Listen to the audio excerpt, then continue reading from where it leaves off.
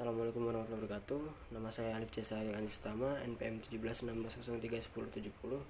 Di sini saya akan menjawab pertanyaan ujian tengah semester lisan dari Pak Firman, mata kuliah Metodologi Penelitian Komunikasi.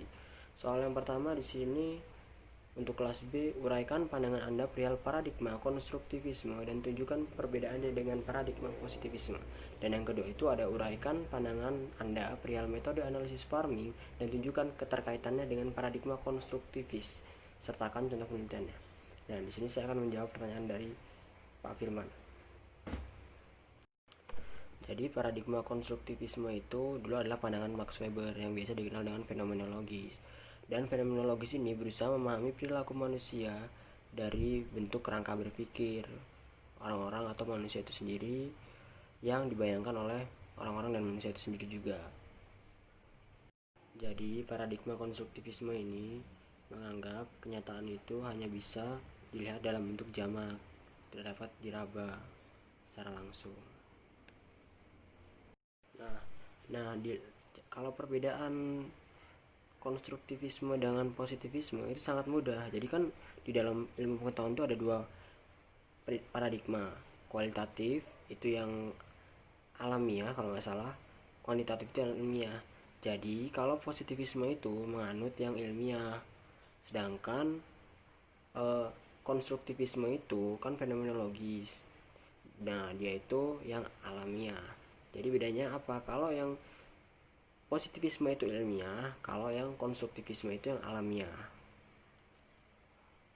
Nah, di sini saya akan menjawab pertanyaan nomor 2 dari soal UTS MPK, yaitu uraikan pandangan Anda perihal metode analisis farming dan tunjukkan keterkaitannya dengan paradigma konstruktivisme dan sebutkan contohnya. Jadi, analisis farming itu adalah salah satu metode analisis media yang biasa digunakan wartawan atau media massa untuk membingkai suatu peristiwa yang mereka ambil untuk diterbitkan pada berita. Dan apa sih keterkaitannya analisis farming ini dengan paradigma konstruktivisme? Jadi kan analisis farming ini wartawan yang membingkai atau kayak memproduksi suatu berita menggunakan metode analisis farming, dan pastinya mereka kan terjun langsung nih melihat fenomena-fenomena yang terjadi pada saat sekarang. Contohnya seperti kayak mungkin yang sedang marak ini kayak corona dan lain-lain. Mereka kan bakal terjun langsung untuk mencari tahu apa sih sebenarnya yang terjadi di Indonesia ini.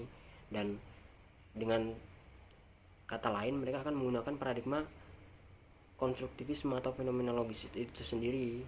Nah makanya sangat berkaitan antara analisis farming dengan paradigma konstruktivisme atau fenomenologis.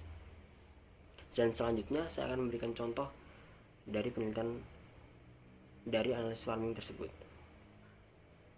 Jadi ini ada contoh dari penelitian, yaitu media dan konstruksi realitas. Analisis farming terhadap pemberitahuan koran Tempo mengenai kasus ledakan bom di Masjid Mapolres Cirebon. Nah, di sini koran itu di sini meneliti gimana sih sebuah media massa atau sebuah pemberitaan media menganalisis melakukan analisis farming terhadap pemberitaan yang itu mengenai kasus ledakan di Masjid Mapolres Cirebon. Ini adalah salah satu contoh analisis farming yang dilakukan oleh penelitian. Terima kasih. Mungkin itu saja yang dapat saya sampaikan. Kurang lebih saya mohon maaf. Wassalamualaikum warahmatullahi wabarakatuh.